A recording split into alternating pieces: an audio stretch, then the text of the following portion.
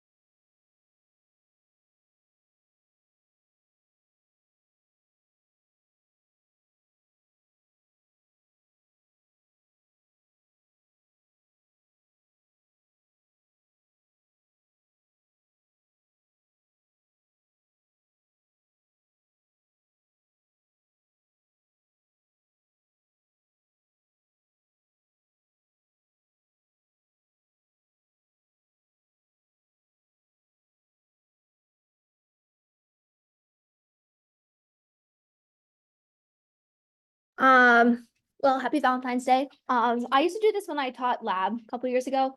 I would start with a meme of the week. So I think I'm gonna do that for review sessions too, because that's fun, but these are some of my favorites. So if you have a chemistry Valentine, you can send one of them. I really particularly like the titration one. I think that one's funny.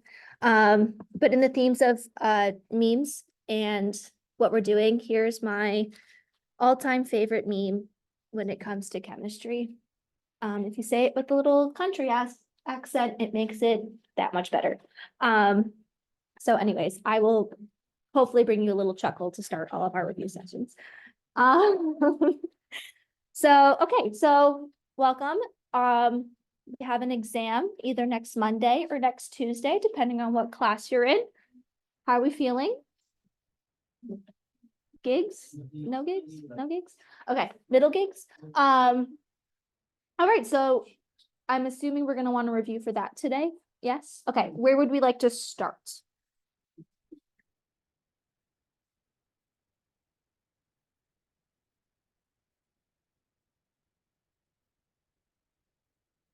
I was struggling with limiting reactant. Limiting reactant? Alrighty, we can start there. Does that sound okay with everyone? Okay. So limiting reactant, once you recognize a limiting reactant question, is not too bad. Then when we talk about limiting reagent or limiting reactant, whatever it is, this is going to be a question, right? You're going to look for a question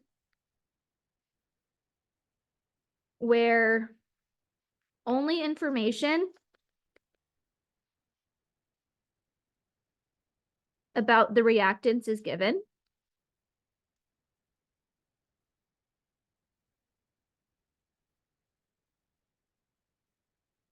And you're asked how much of something.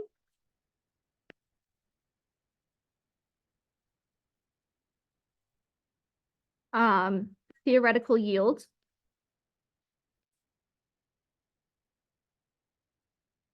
Or how much remains.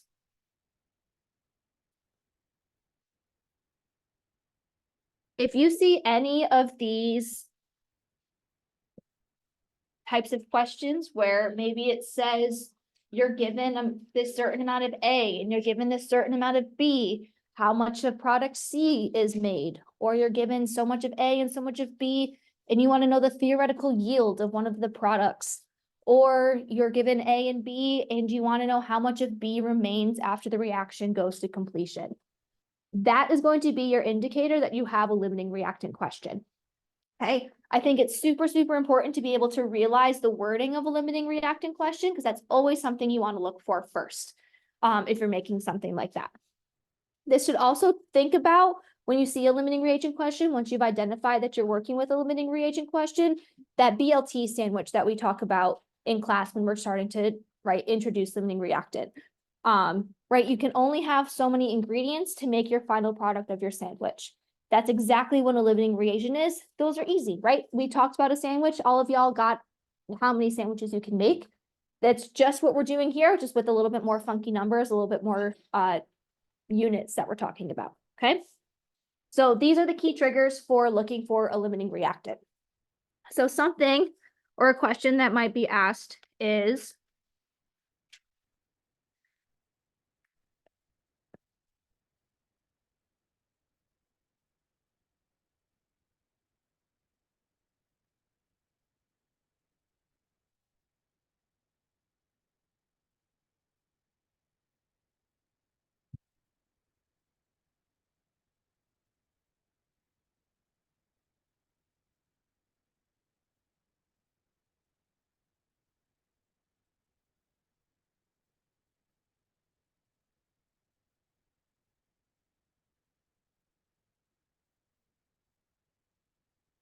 okay, this would be a simple limiting reactant question. Right, so 10 moles of H2 reacts with 5 moles of O2.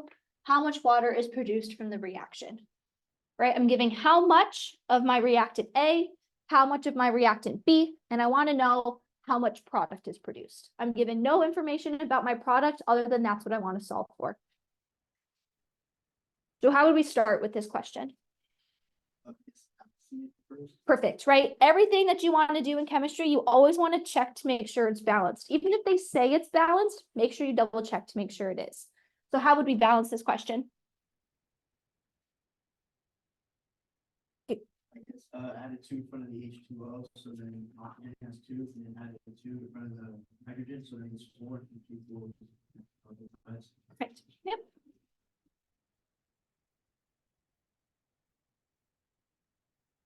Does everyone see how we balanced? Okay. So what's our next step once we've balanced our equation? Can we work in moles with limiting reactant? Yes, right? We want to work in moles. So the first thing I guess the next question you're going to ask yourself is, what units am I in, right? If you're in moles, you're good to go. If you're in grams or you're in molecules of some sort, then you want to, or you're in concentration, right? And you're given a volume, then you want to make sure you get to moles that way first. But we're given moles just to start off with. So there are 2 ways that you can check for your limiting reagent, right? You can see, okay, I have this much product, or I have this much A, how much product would that make if I use up all of it? And then I have this much reactant of B, how much product would that make if I use up all of that? That's how I prefer to solve for limiting reagent. The other way that you could solve is that you could compare A and B to each other in terms of your reactants. You can say, okay, if I was going to use up all of my hydrogen, how much oxygen would I need in order to use it all up? Or you would then ask, how much oxygen, if I have this much oxygen, how much hydrogen would I need in order to use up all of my oxygen? My head doesn't really work like that, so I do it the other way. So I would say I have 10 moles of H2. And I want to know how much of my H2O was produced. So I would say for every 2 moles of H2, I have 2 moles of H2O produced. And we just use that from the coefficients in our reaction. So then I would say, okay, I have 10 moles of H2O that are produced. Does everyone see how we're comparing? I have this much reactant, it's going to make this much product if it's my limiting reagent. Okay, and you're going to do the same thing for oxygen. So oxygen has 5 moles. And for every 1 mole of oxygen, we have 2 moles of H2O.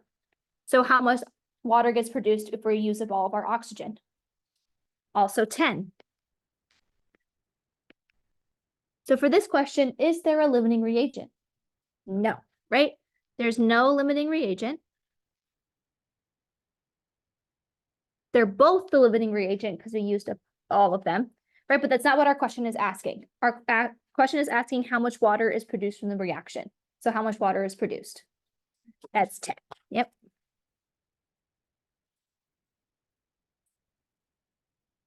Okay, but we needed to check for our limiting reagent first to make sure that it was 10 that was produced.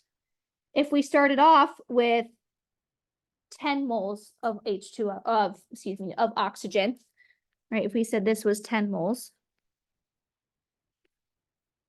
Now this becomes how many moles? This would be 20. So then what would our limiting reagent be? It would be H2, and how much water would we produce? Still 10, right? But it would only be 10. In our question in red, right, we said we had 10 moles of oxygen would produce 20. And then that means we have a total of 10 moles of hydrogen or H2O that would be produced. How much oxygen would be left over?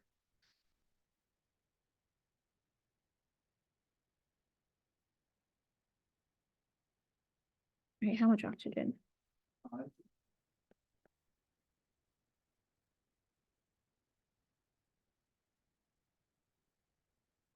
How'd you get 5? You used 10 in your ratio. Good. Right, so this would be how you're comparing, right? If you're gonna say, okay, I have this much hydrogen, how much oxygen would I need?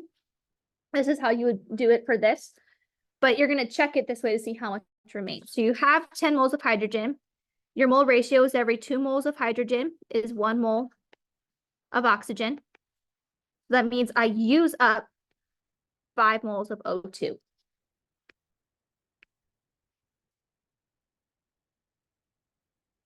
Okay, 5 moles is used.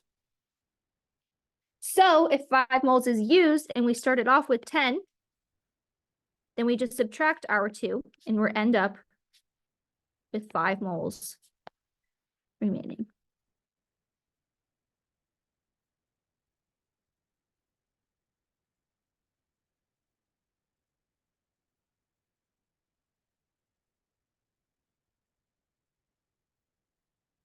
Okay, what questions do we have about this limiting reagent? That help a little bit? Yeah. Do you want to do another problem, a little harder one? We'll try that on your own. Okay.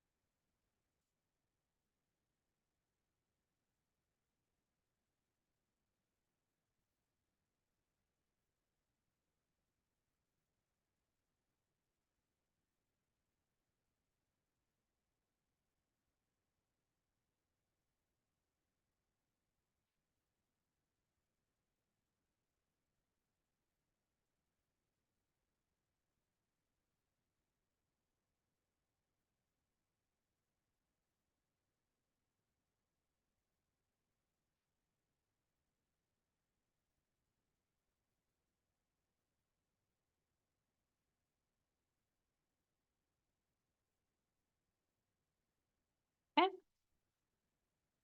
So we have 0.1 molar NaOH reacts with 50 mils of 0.25 molar HCl. And this is going to produce sodium chloride and water. How many grams of sodium chloride is produced?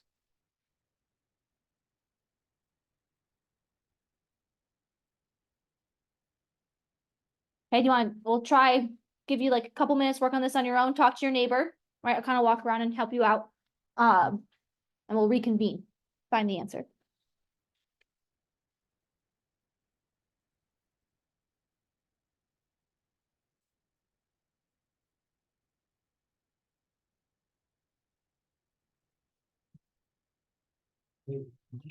Yeah. Um, you don't need it for this one. I like tell you the products, so you can just base it off of that. Yeah. Or don't worry too much about the solubility of this one.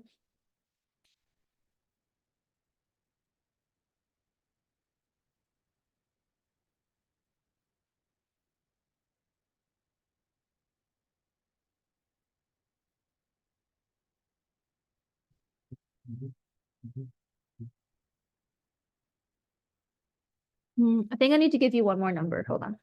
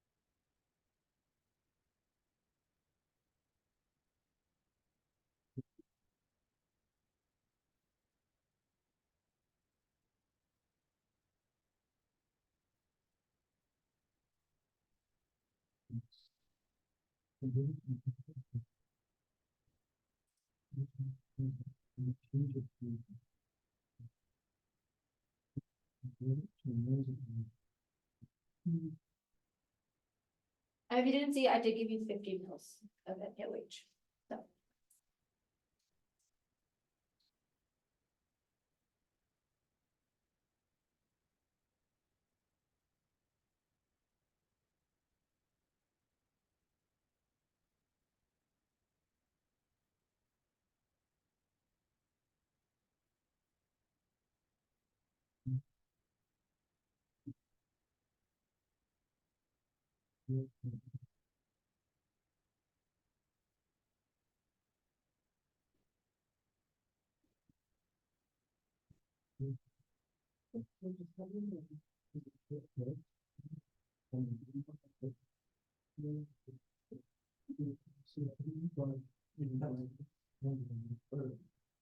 Great, so.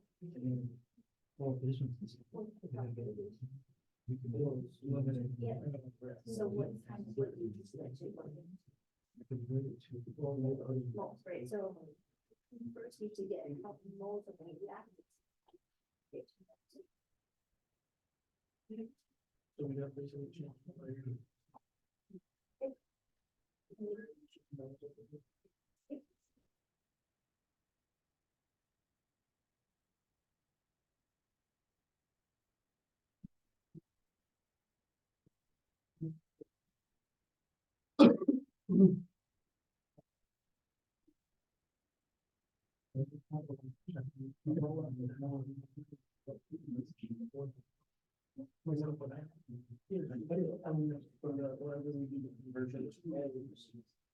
Or any, only, this way it usually something. That's all the reason we get that.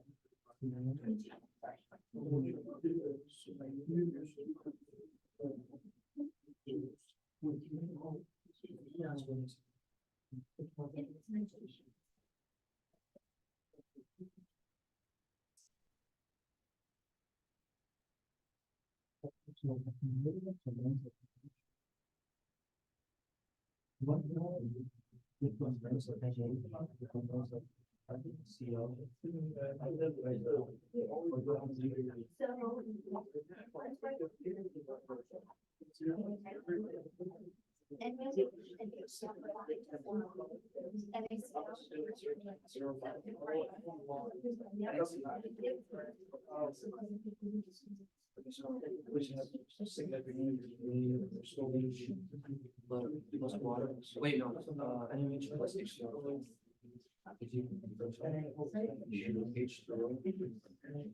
Plus. We have, you said, we have numbers of these. Now, do I have to, move back to the so, would I, like, do the innovation? Yeah. Yeah.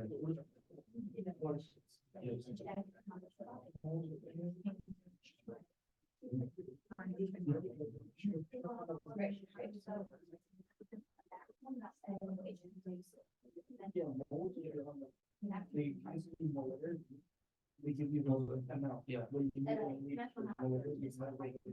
we, yeah. So you do the conversion, now you do the same thing with this one. This one. This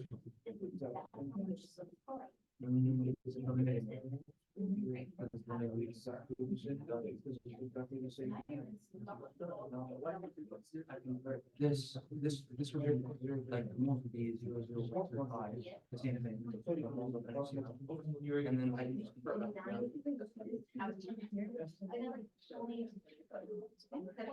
Yeah, but. So that we can go by. Process it until NaCl. Okay, then just figure out the elimination.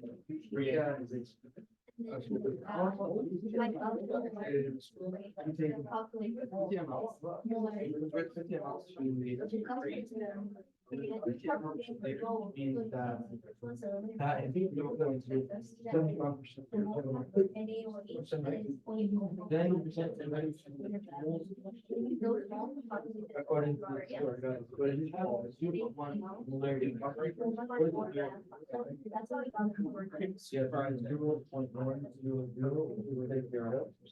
and you have 0. Alrighty, I hear some talking, I hear some explaining, so we'll also ask for your input on how to solve this. So I guess, give me 1 second. What did we get for an answer?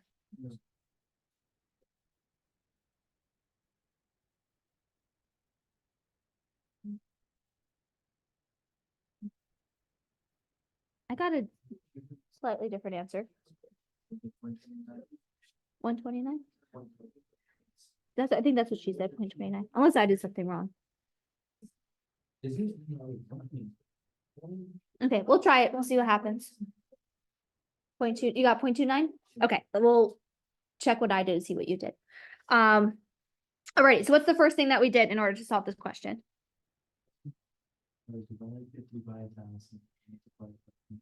Beautiful, right? We're given 50 milliliters, right? But molarity, this capital M, is in what units? Moles over liters, right? So if we're trying to find the number of moles of something, we need to make sure we convert our 50 into liters. So we'll take 0.100 molar times 0.050 liters. And we end up with 0.005 moles of which reactant? NaOH. Okay.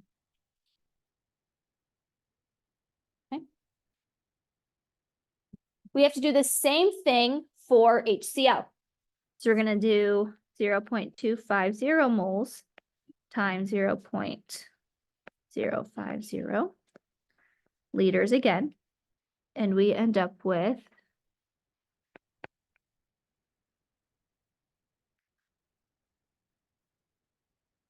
0.0125 moles of HCl. So far, so good?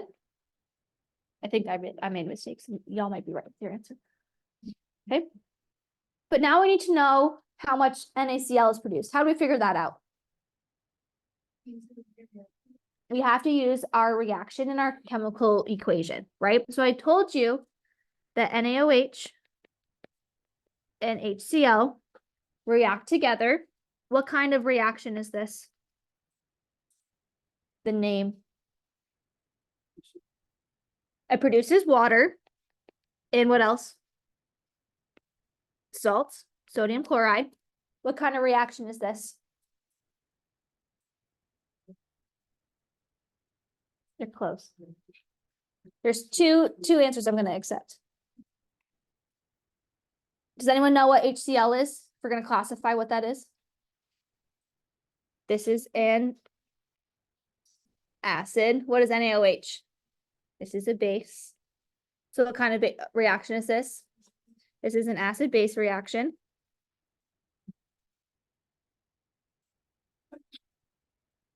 Bless you. What else is this? What if I wrote this as NaOH and HCl forming HOH and NaCl? What happened? Did partners get switched? What do we call that? Double displacement.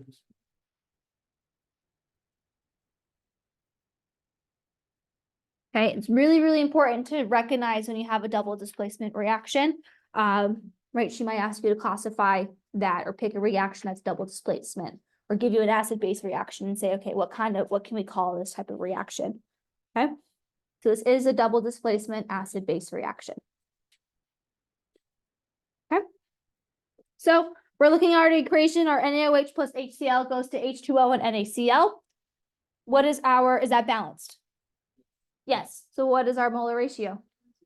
0.1, 1 to 1 to 1 to 1, right? So that's very easy with limiting reactant, because that means that which one's our limiting reactant? NaOH is our limiting reactant. Okay.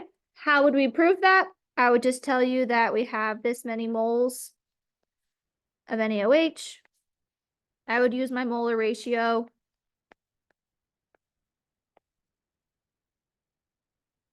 And we would end up with that same number of moles of NaCl. You could do the same thing for HCl, but you realize you would have more moles of NaCl.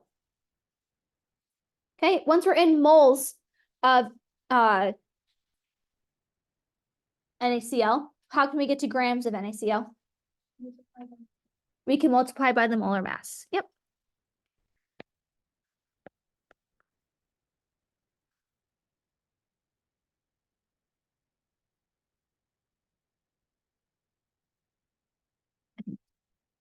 Right, 55.45.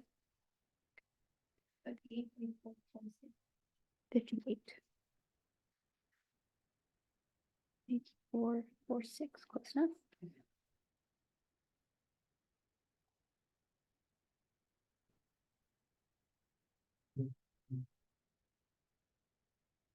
Yep, we get 0.29 grams of NaCl.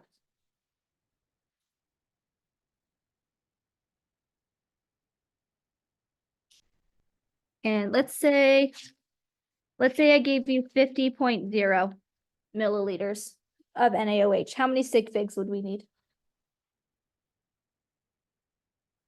Yep. How many sig figs would our answer need to have? 3, right? We have 3 of our volume, 3 of our concentration for both acid and base here. So since we have 3 all around, we're going to have 3 in our answer. So that brings it to 292.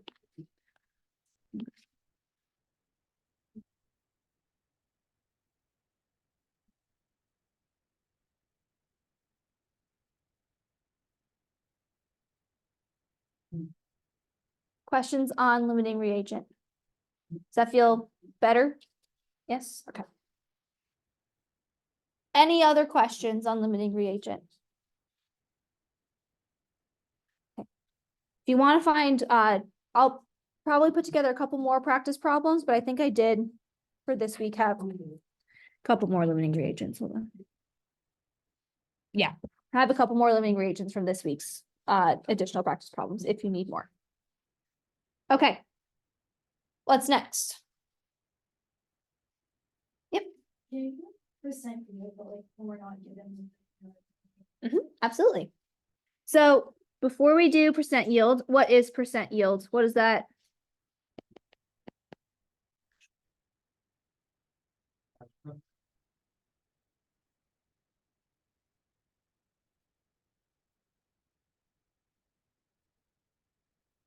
Perfect. Okay.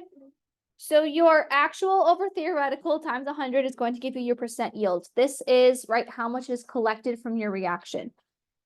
Your actual is usually given, because where do we usually get the actual? If you were to like do a percent yield question in real life, you would probably get it from lab, right? This would be lab data. Our theoretical is what we expect to get, right? What we should be getting.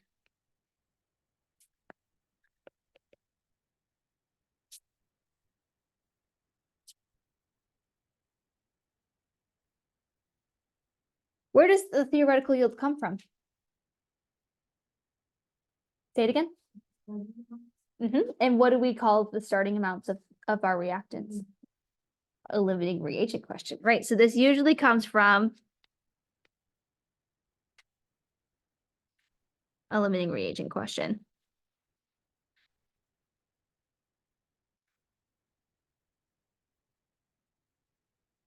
Okay, because our limiting reagent is going to tell us this is the maximum amount of product that can be produced. So this is the maximum I can get, but I only got this much instead. How much was my percent yield is how the question is usually going to be asked. Okay, so let's do a problem.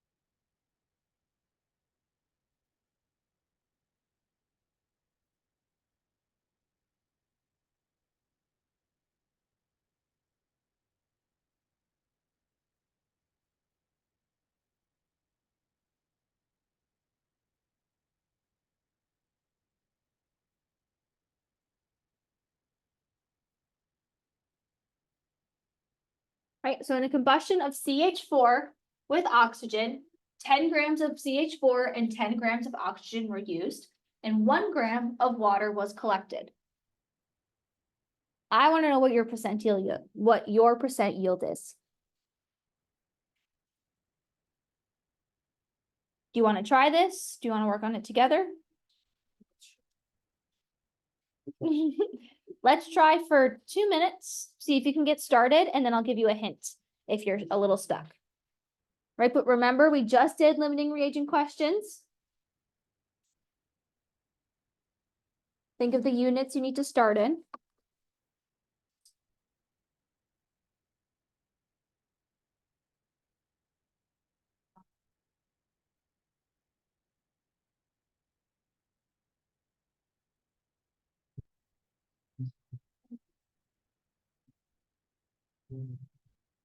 This is being important.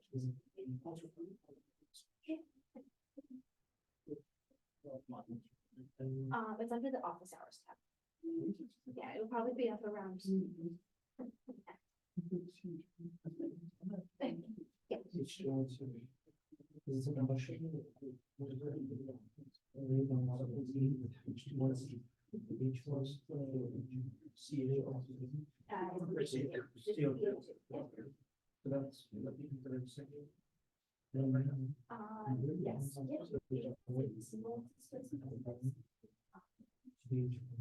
Yes.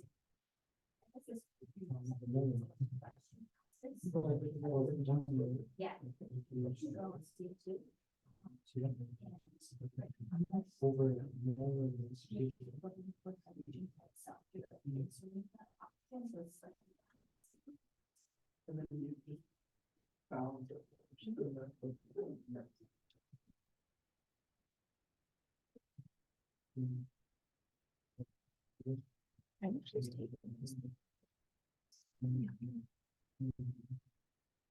Okay, so if you need a hint getting started,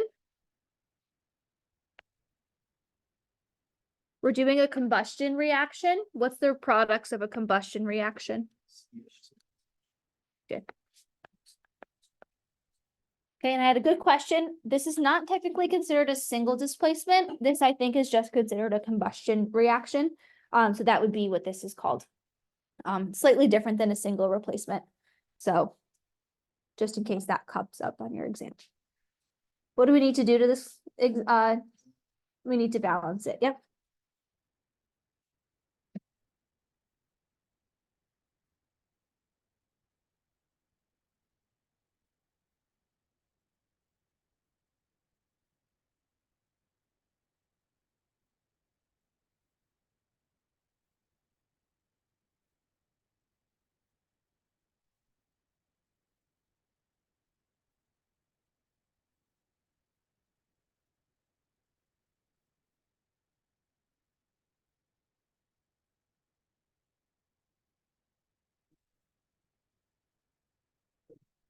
Question. Yep.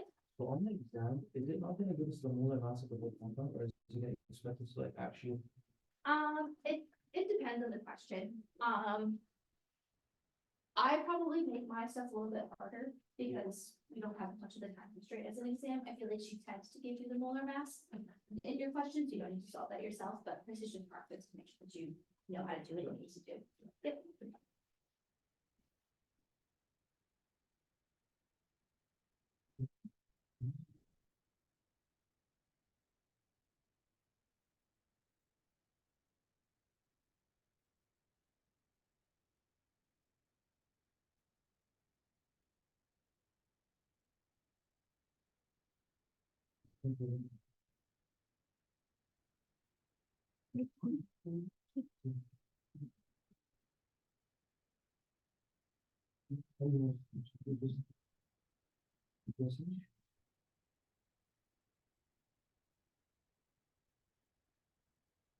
Is anyone stuck? Need help? Trucking along, okay.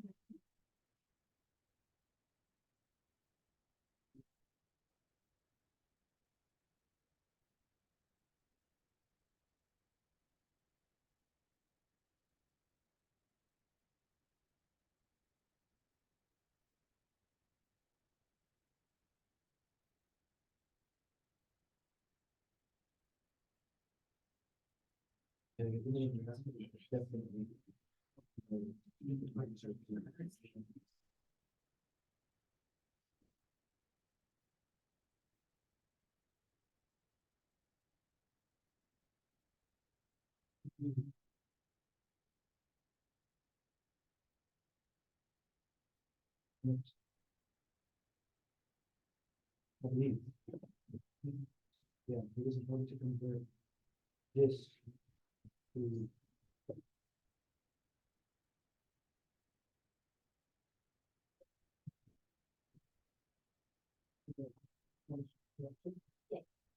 Yep. That would be easiest to check. So something more than. Yeah. And then once you find it, you can do grants. Right, so you just are looking for the actual, could you remember?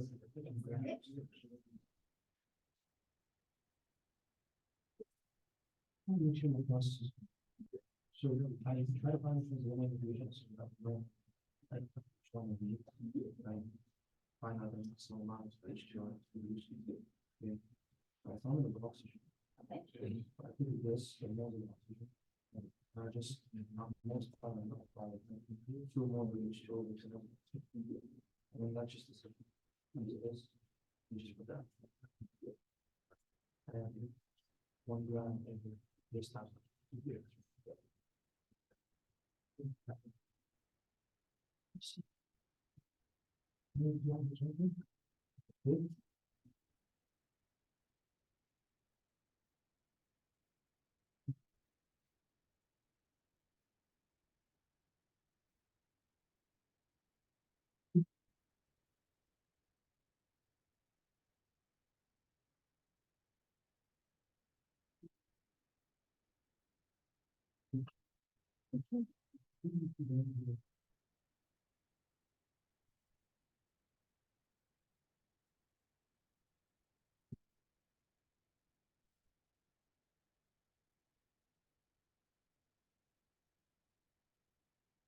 Okay, did we get an answer?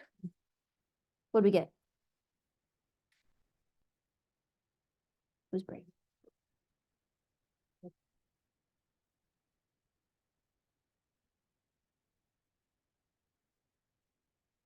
That's what I got as well. So I got 17.8%. Yeah, okay. All right. So how we solved this? Someone want to explain what they did? Yeah, go ahead. So you convert all the grams that you have to know. Yep. We'll take 10 grams of CH1. Mm-hmm.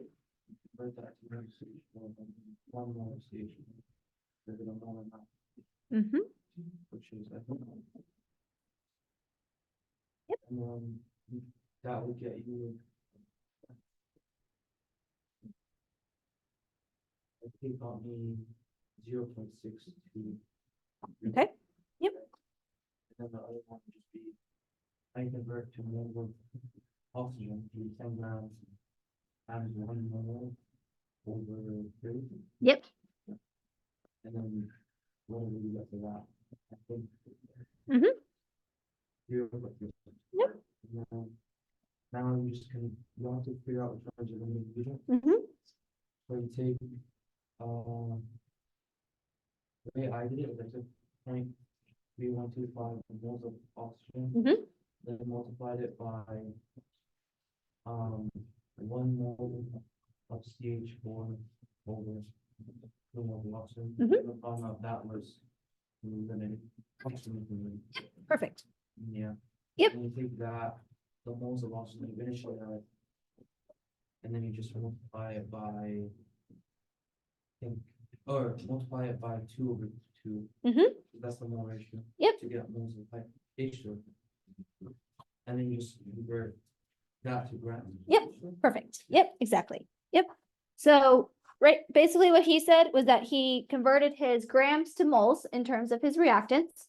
And then he compared the moles of his reactants to each other to see which one was the limiting reagent. And he found that that one was oxygen. And then he took his oxygen moles and then used it in the molar ratio in order to find how many moles of hydrogen H2O was produced, and then use that for the number of grams. Right? How I solved this was that I had my moles of my reactants, and I said, okay, for every 1 mole of CH4, I have 2 moles of water, and then for every 2 moles of O2, I have 2 moles of water. So I got directly how many moles of my water was being produced. Okay. So for this one, I got it was like 1 point something, I think 1.25. And then this one was 0.313. All right, and this is all in moles of water. So I know that my O2 is going to be producing the least amount of moles of H2O. And then I took that moles of H2O and used that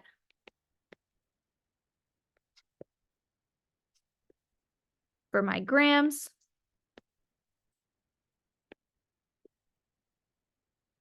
And I got something.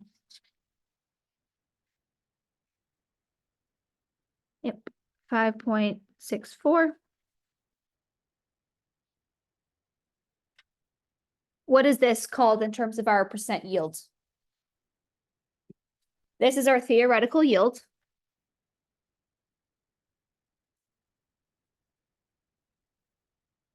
Okay. So then in order to find percent yield, our actual was how much? 1 gram. Our theoretical was 5.64.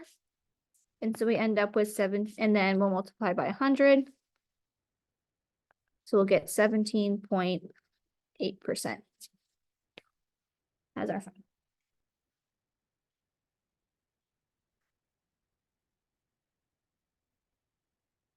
What questions do we have on percent yield?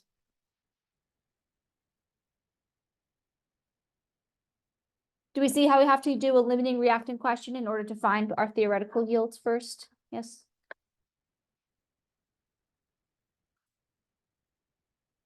Does that feel more comfortable to whoever asked that question? Any other questions on percent? Yeah. Can you work, but did it able to pass those like the other way around instead? Yeah, where you would like. Yeah, absolutely. Let me just think how I would ask them.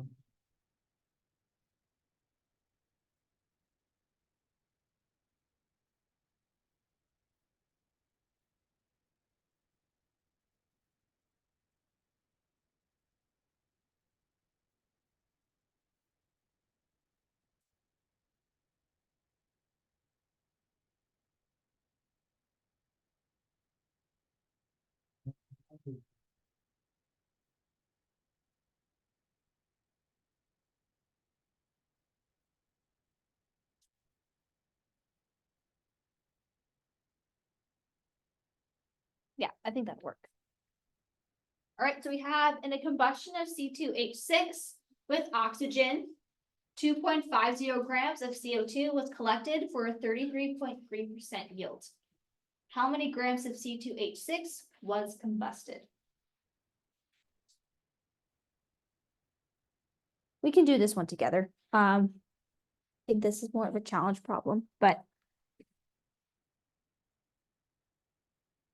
All right, what are we given in our problem? We're given C2H6, and we know that did what? Reacts with O2 and produces what? H2O and CO2. Right? We should balance our equation.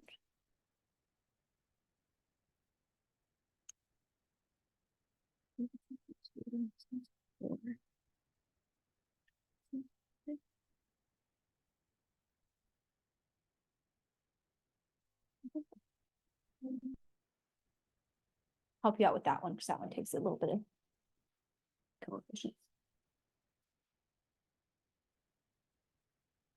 Okay, what else are we given from our question? Yep, 2.50 grams of CO2. What is this? What is 2.50 grams? This is our actual yield. What else are we given?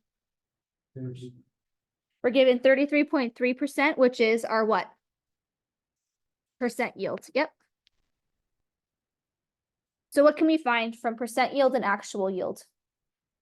We can find our theoretical yield, right?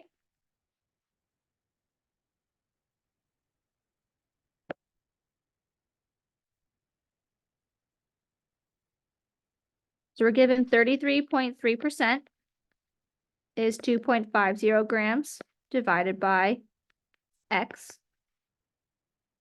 So 0.333 times X is equal to 2.50. Right, I divided by 100 and then multiplied by X, cross multiplied.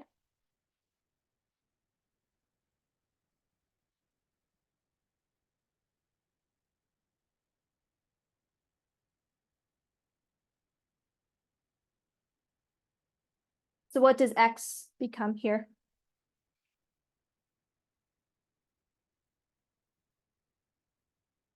7.5, yeah.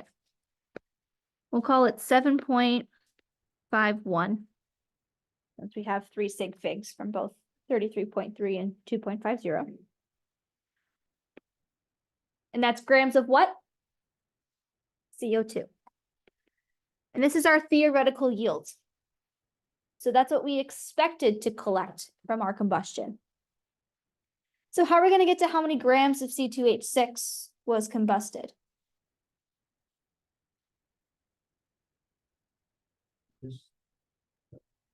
Mole ratio. Can we do mole ratio? Yes, right. So we're going to do just the opposite of what we did once we found our limiting reagent. Does it matter what one's our limiting reagent here? No, it doesn't. We know that whatever the limiting reagent was could only produce 7.51 grams. So we have 7.51 grams of CO2. We can get this into moles.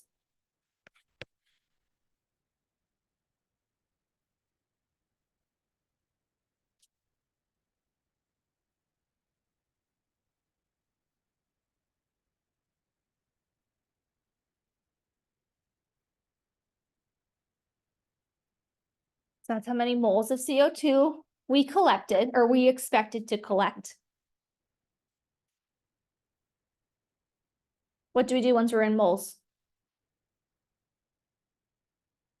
Yep, we can use our molar ratio to convert it to moles of C2H6.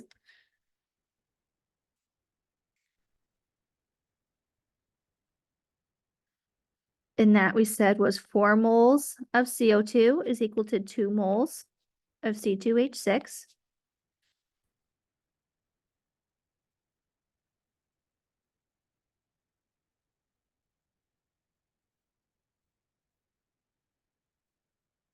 And how are we going to get to how many grams of C2H6 was combusted? Divide by the molar mass. So we'll take 0.0855 moles C2H6.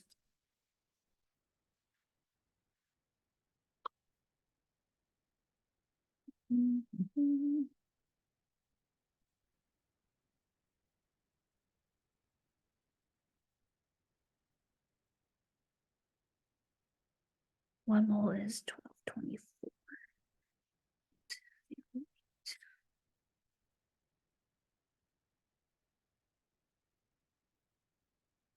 How many sig figs should we have? 3. 3.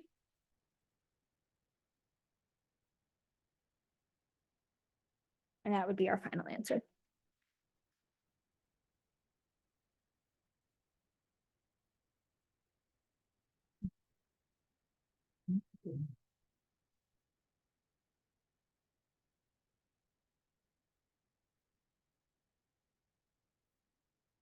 Okay, what questions do we have on this one?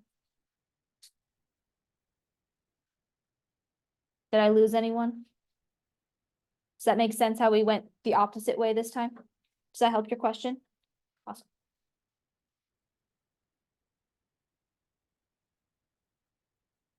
What else do we have questions on?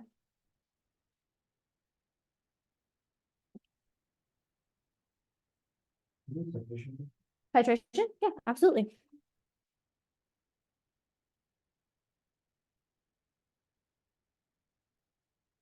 So when we're talking about titrations, what are we mixing together?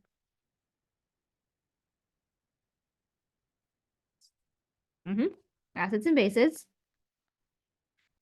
And what's the most important thing about titrations? What is that?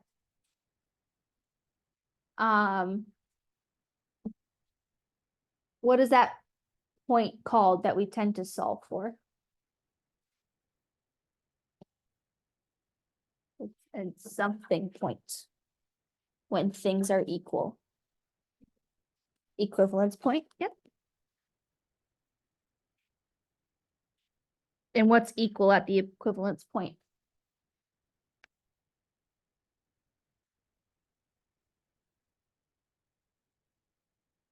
Moles of what? Perfect, yep.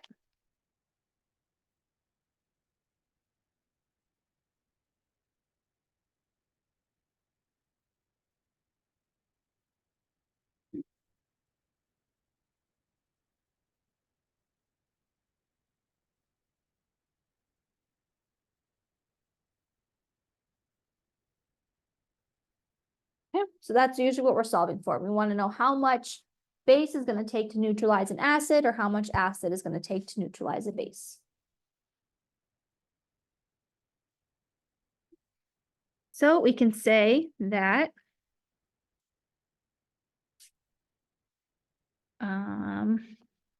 we'll do this one again.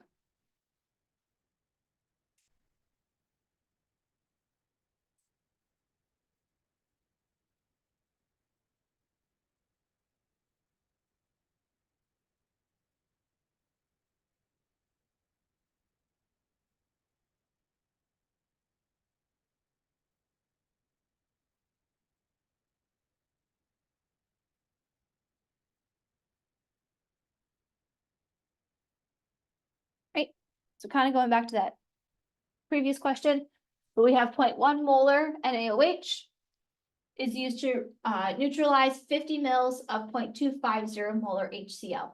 How much base is required? So last time we saw these numbers, we were looking at limiting reagent and whatnot, and we needed to convert our milliliters to liters. Do we need to convert milliliters to liters here? Nope, we're just looking for volume, and so as long as milliliters matches milliliters, everything is okay. How can we solve for this one? We should find volume of any. We're trying to find volume of NaOH, yep. Of H2O.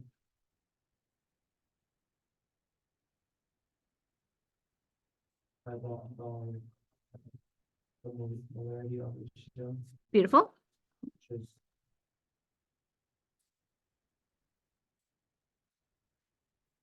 that is equal Right, so that would be 12.5. We'll call it moles.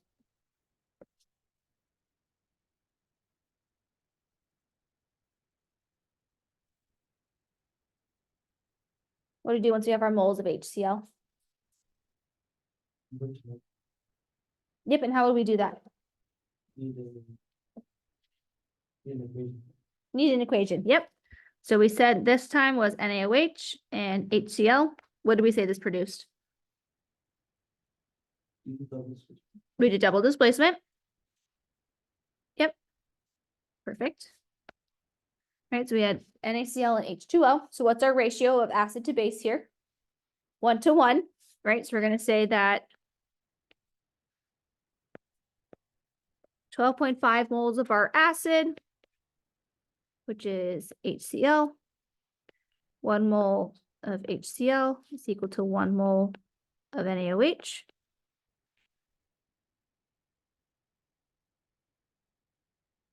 And how do we get to our liters?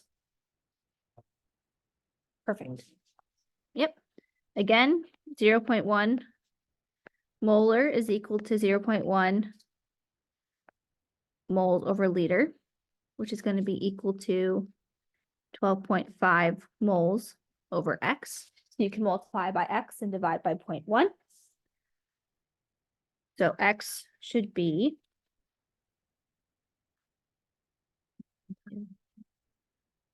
125 mils NaOH.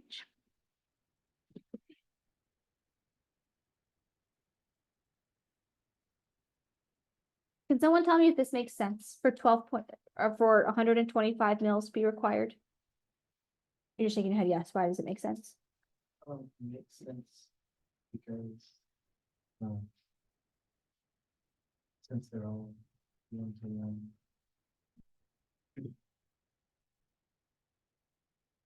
I don't know why it makes sense. It does. It does make sense, but why does it make sense?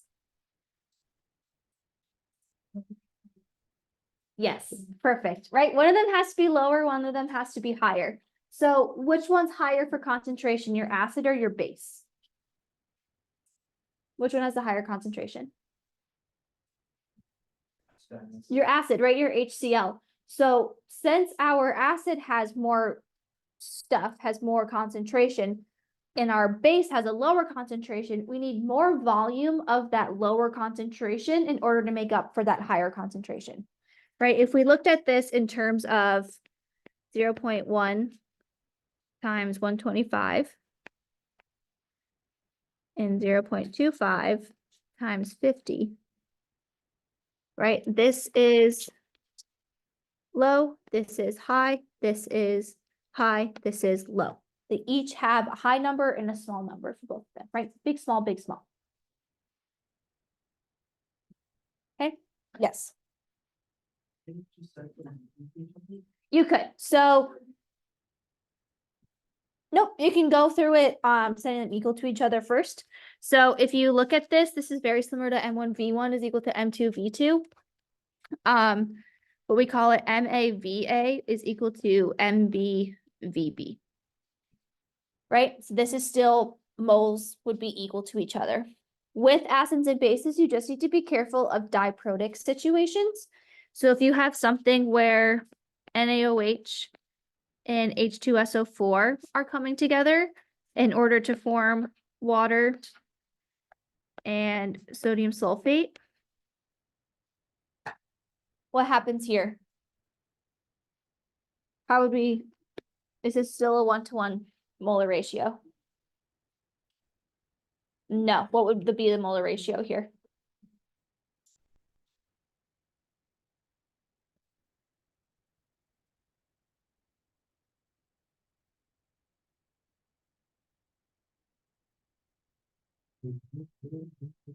What's the molar ratio for sodium hydroxide to H2SO4? Wait, which The H2SO4. So your two reactants, but 2-to-1, right? Because we have 2 sodiums here, so we need 2 here. And then we need 2 waters as well. Okay. So now if we looked at this, instead of MAVA equal to MBVB, we now need to divide our acid by 2 in order to get to the same molar ratio, I believe is what it is. Because if we were to look at this in terms of the same reaction,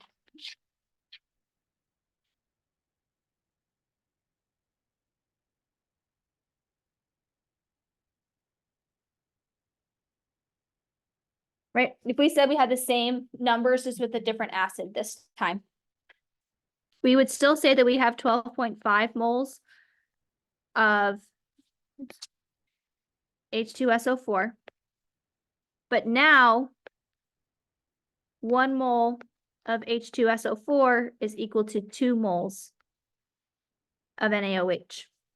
So now our ratio becomes different. So that's the only reason why we would break it up, is because you can see that molar ratio a little bit more easily this time. And then you can do the same thing. So you get your moles, which would be 25 moles of NaOH. So then it would be 0.1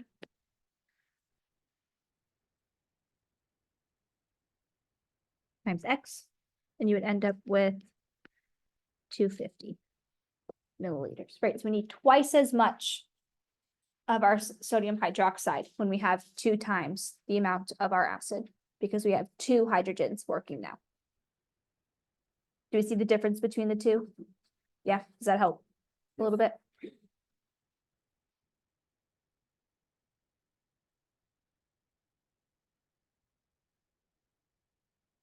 If it is 6:30, so if y'all do need to leave, by all means. But if you want to keep asking questions, I'm happy to stay.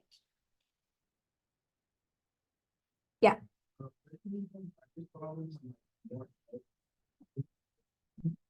Yep, so I post all of my stuff. The Chem Learning Lab has all of their stuff. And then the other thing I really like is this website here. It's called chemteam.info. Super cryptic, but if you click on that link, then it brings you to this main menu here. And this has a ton of practice problems. So right now, if you click on stoichiometry in this corner, you can go through stuff of like, what is stoichiometry, molar ratios, right? Go between mass to mass, and you have mass, right, conversions to moles, and use a molar ratio, then to grams. Right, limiting reagent, you can have a ton of limiting reagent problems here, and all of that fun stuff. These do tend to get a little bit harder than what you're probably going to see on your exam, but that's never a problem. If you can do a hard problem, you can do an easier problem. So I really like those. We are just starting gas laws. So you have kinetic molecular theory, which we'll be moving into. Right, so you have all of your stuff. You have Boyle's law, Charles's law, Avogadro's law, right? All of the stuff that we talked about in class today if you're in Dr. Altamos's class. And that is super helpful. And then even acids, bases, you'll be able to see some of that. This does get a little funky because it doesn't totally get into, right, we're not totally into ice tables yet, but you can do a little bit of titrations here in that section. Yep. I don't know if you slides, but would you say like it's similar difficulty, like the exam to the questions we've done? Yeah, yep. So I think the most helpful thing for you to do is to study your past 2 exams or your past 2 quizzes. That'll be most similar to your exam in terms of the types of questions and then the difficulty level of the questions. So once those are released for quiz 2, I would spend a lot of time looking at both of those, making sure you can get both of those questions or both of those quizzes correct. See what you got wrong and try to make up a question for yourself. And then the homework problems will also be helpful, but your difficulty of the exam will be most reflective within your quiz questions. Yep, and then I think any of the practice problems they have on their slides are super relevant in towards like any of your eye clicker questions or any of the practice questions are relevant for the exam as well. Yep. Good questions. Does that help with more practice problems? If you haven't gone through the slides and done the extra practice problems that you like kind of skip over, those are also great. Sometimes they get hard, so that's good. Thank you. Yeah, thank you. If anyone has more questions, feel free to stay and ask them. But if you want to leave, by all means. Hope this was helpful. Thanks. If you want more chocolate, please help yourself.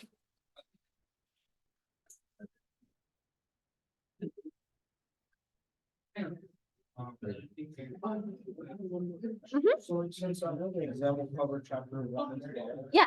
with all the Avogadro's number and Yeah. stuff, and the 6.02, I'm still not sure what can I look out for in the sense that, so I don't get confused between these type of conversions and the initial conversion. Versions, yeah. So that's a really good question, actually. So a lot of the times for Avogadro's number, you're getting into very big numbers, right? Avogadro's number is 10 to the 23rd. So if you see something where you have like this many atoms or this many molecules of something, that those 2 words are going to be triggered to use Avogadro's number. Yep. Because when we talk about Avogadro's number, we talk about absolutely, yeah. I was like, I'm talking about. Yep, absolutely. Thank you. Enjoy. Appreciate it. Yeah, absolutely. Thanks for coming. So those 2 words kind of trigger you to use Avogadro's number because we're talking about lots of atoms or lots of molecules. So those would be what you would do for your initial Avogadro's number conversion. Yep.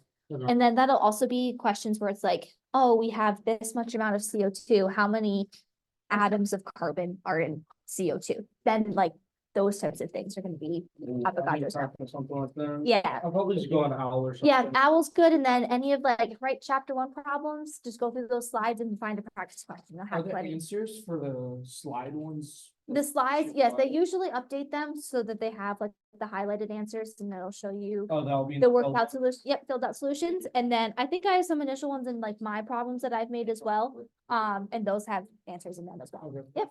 Yep. Thank you. Thank you. Good luck. Do you know what the quiz is gonna be on? So it's like 1 to 4.